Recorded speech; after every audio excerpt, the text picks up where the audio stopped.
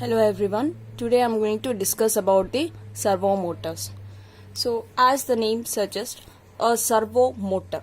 So a servo motor, before we go with this concept, we should know what is a servo system. Servo system is the one in which you will find that the output, the servo system is the one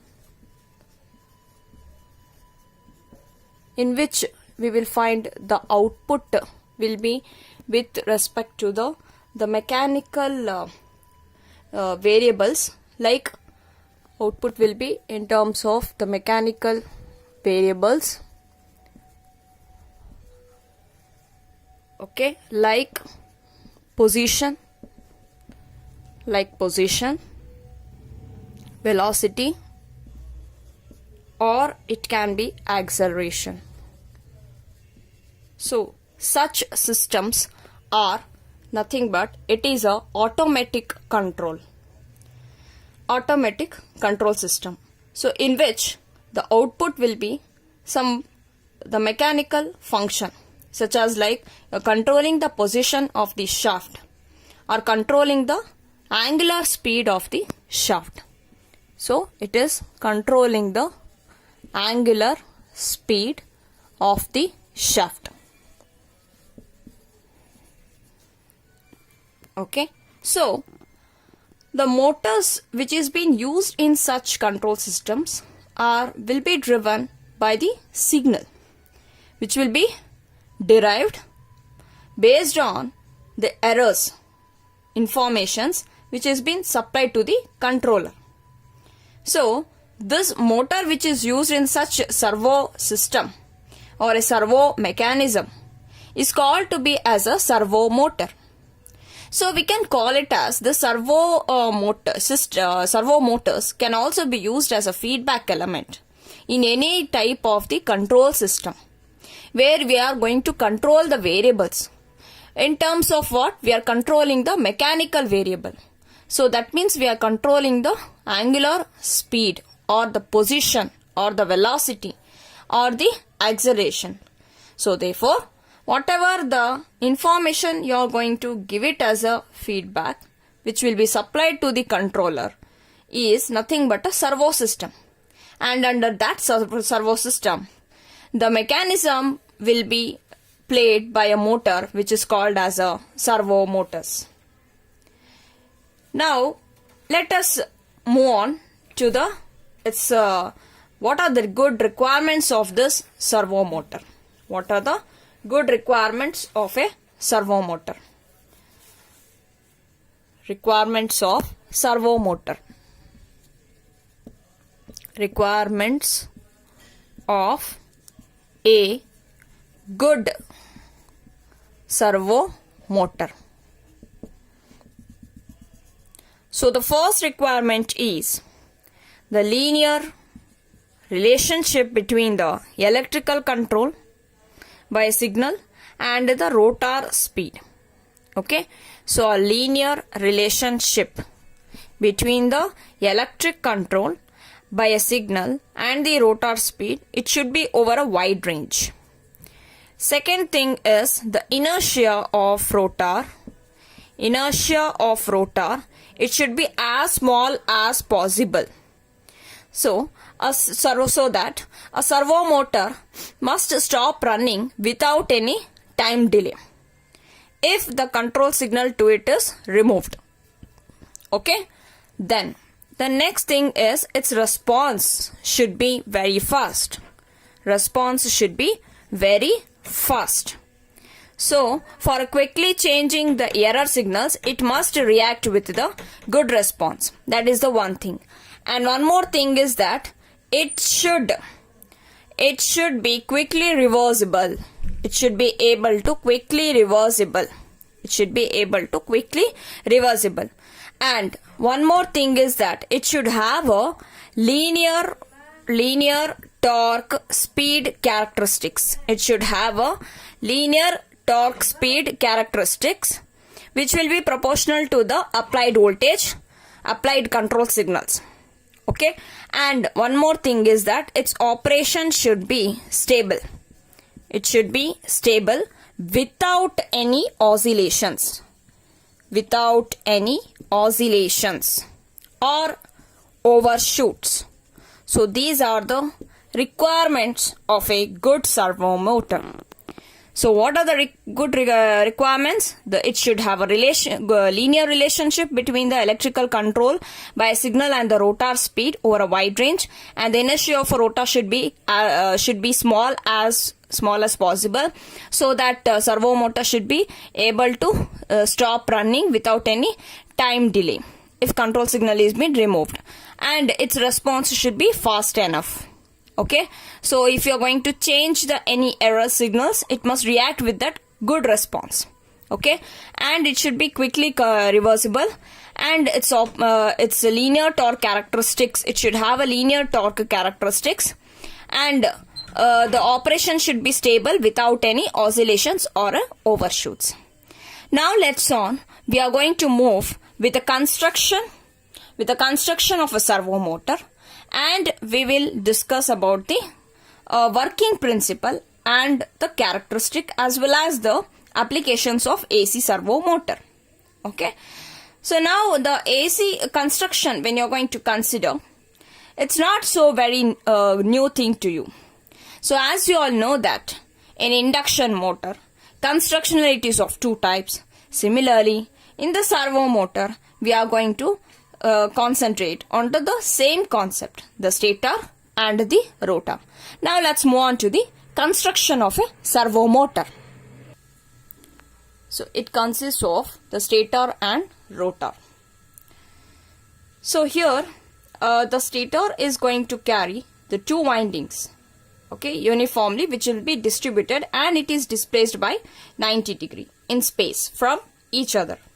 So one winding is called as a main winding, or it will be the control winding, or it is called as a reference winding. That is here.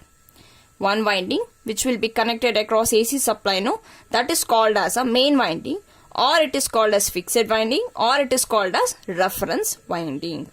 So this reference winding will be excited by constant voltage AC supply. This will be always excited by constant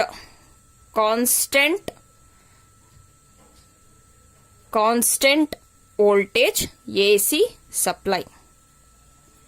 Okay, as you can see here. And the other winding is called as control winding. So this is excited by variable control voltage, which is obtained by the servo amplifiers, what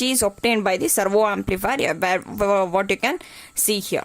Okay, so this is how these two windings are excited with a different supply, and the windings are 90 degree away from each other. Okay, and it is out of phase with respect to the voltage which is applied to the reference winding. So you can see here, that is the control voltage winding will be having a 90 degree out of phase with respect to the voltage which is applied to the reference winding. This is required because this is very much necessary in order to obtain the rotating magnetic field. So we had discussed in the induction motor, that is in order to obtain the rotating magnetic field, this is what we are displacing with the 90 degree. And in order to reduce the loading on amplifier, the input impedance, that is the impedance of the control winding, is increased in order to reduce some loadings. Okay, so what we are going to do is the impedance of the control winding will be increased by making use of a tuning capacitor, which will be connected in parallel across the control winding. So this is about the detail about the stator. Similarly, now we'll move on to the rotor.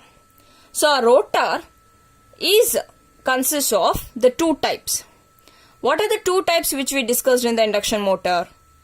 It was squirrel cage and phase wound. Phase wound is also called as slip ring. Similarly, here we have the two types of rotor. One type is the squirrel cage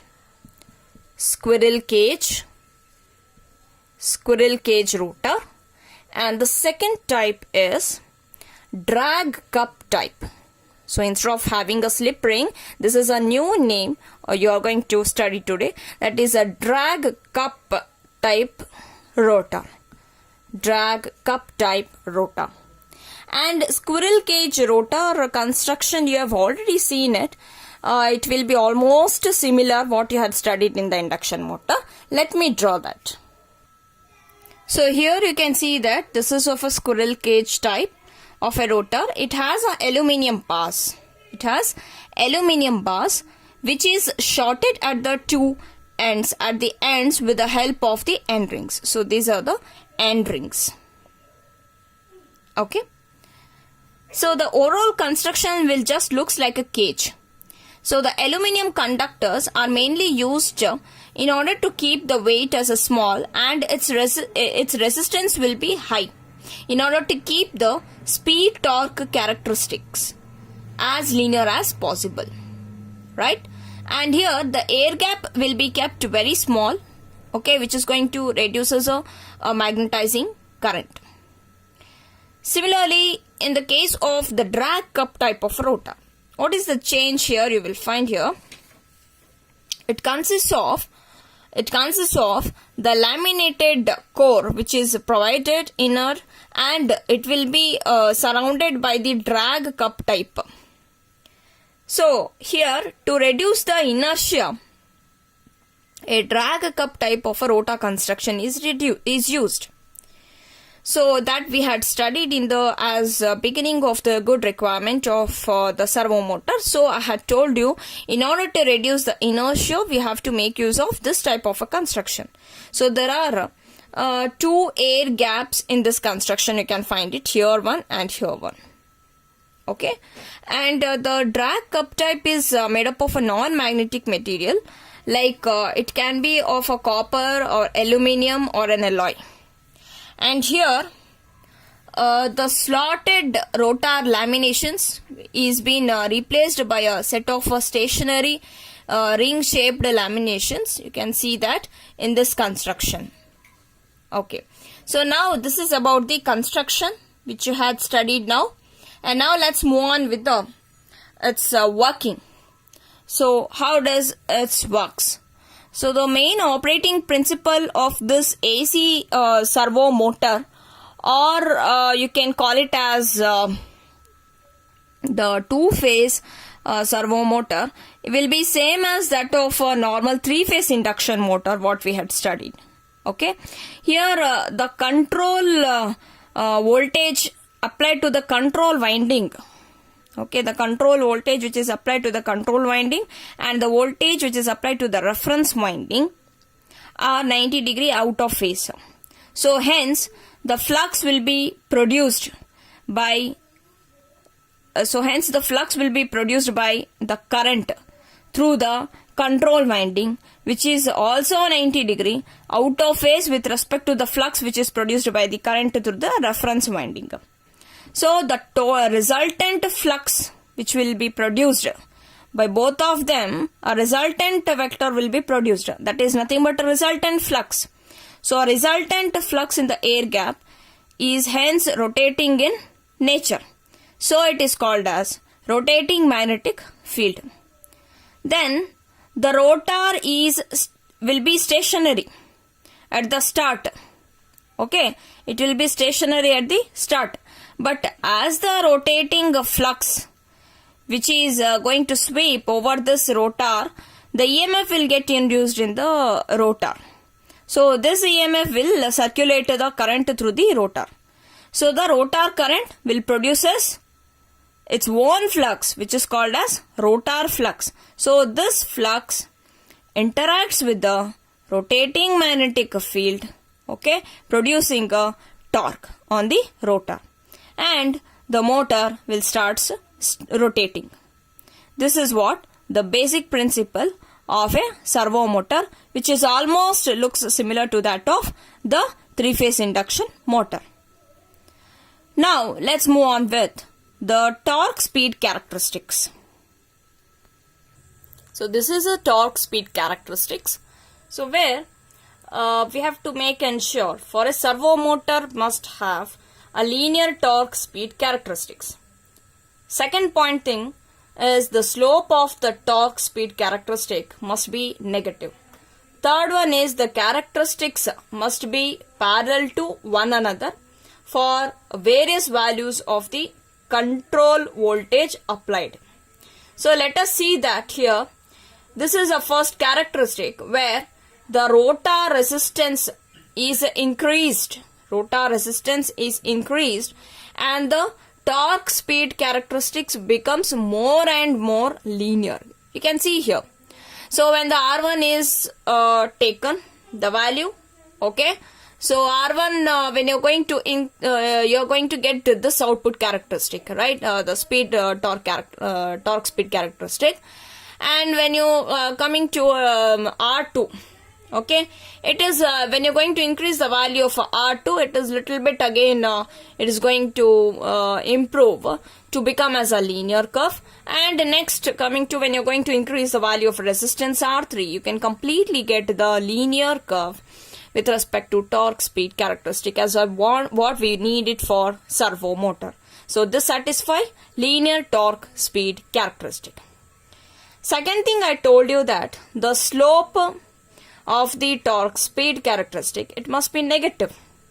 It must be negative. So let us see that. So here with an effect of X by R ratio, what is going to affect here? So if you are choosing the small value of X by R, it is almost linear. And when you're going to take up a large X by R, you're going to get a increase in the torque. So you can see that it is almost linear. So this is with the effect of increasing the resistance. This is with the effect of increasing the X by R ratio. So we will prefer a small value of X by R for an AC motor. Next, coming with that, next point, the characteristics must be parallel to the one another for various values of the control voltage which is applied. So you can see that here, this whatever you will find with the resultant of this, you are going to obtain the resultant voltage, the same thing you are going to obtain it here. Suppose like this is a E21. Okay, so E21, you can see here. Yes, E21 represents the EMF induced with a secondary, okay, referred to primary. Similarly here also. So almost everywhere you will find, even though you are increasing the value of a resistance, this is a resultant EMF which is produced at the rotor. So it should be almost, it will be linear and it will be parallel to one another with an application of increase of the resistance. Okay, so here you can say that when you are going to design this motor, we have to get almost the linear torque speed characteristic. So a servo motor will rotate only with a detectable error which is going to occurs at a low voltage, and it will operate at very high speed. So therefore, for a given value of a control voltage, torque speed characteristic is almost linear. That you can see here. These are all the control voltages. This is the improvement of a linear characteristic with having all such errors. How you have linearized it. Okay, fine. Now let's move on with its application. When you're going to consider its application, so where you are going to use application of this AC servo motor. Okay, so there are certain applications. Let me list out. Servo motor can be used for AC position control system, and the other applications, it can also be used for instrument servos, process controllers, robotics, self-balancing recorders, and also the machine tools. So very in detail, if you want to see that, the servo motor will be used for AC position control system. Let us concentrate onto this diagram. So here you can see it consists of the 3 blocks. What is that here is This is a part of a servo motor which is connected as we discussed in its construction. It will be consisting of two windings, that is a control winding and a reference winding, right? And this voltage is supplied with the amplifier. So that is a second block. The third thing is this rotor is directly connected to the load. Now, when you're going to change the position, okay, if you want to change the position of the rotor, the load will be varied in such a way that we can say that the position of the rotor is denoted as a theta L. So that will be, in order to maintain that theta L to be as a constant, so therefore the driving motor is used. The driving motor used is two-phase AC servo motor. So in order to maintain this position, we have to make use of the servo motor. So here we are going to make use of an additional arrangement where you can see that potentiometer arrangement. So this potentiometer arrangement is going to compare the actual position with the reference position in order to generate the error voltage. So where is that reference position is? You will find that to this control winding, we are going to get the voltage from the AC amplifier. The positive supply will be controlled by this reference voltage input, and the second, the negative, here you can see this voltage is generated again by the same potentiometer device itself, where you can see these two voltages will be compared with each other. That means you will find if there is a difference of the voltage. If there is a difference, that means if you are going to change this theta L, okay, to certain value, if you are going to change this, then immediately it will be detected here and that signal will be provided at this position. So what will be the input? Input will be remain constant. So both the difference between these two voltage is going to produce a error. So the change in the voltage, the change in the difference with the voltage, that is nothing but creating a error signal. So that error voltage will be amplified by an AC amplifier, which is which generates the control voltage, that is EC of T. So the voltage is applied to the control winding of the two-phase AC servo motor. So this controls the torque, and in turn it is going to control the output position of the load. So here again it will check with the whatever the voltage you got here, the same voltage will be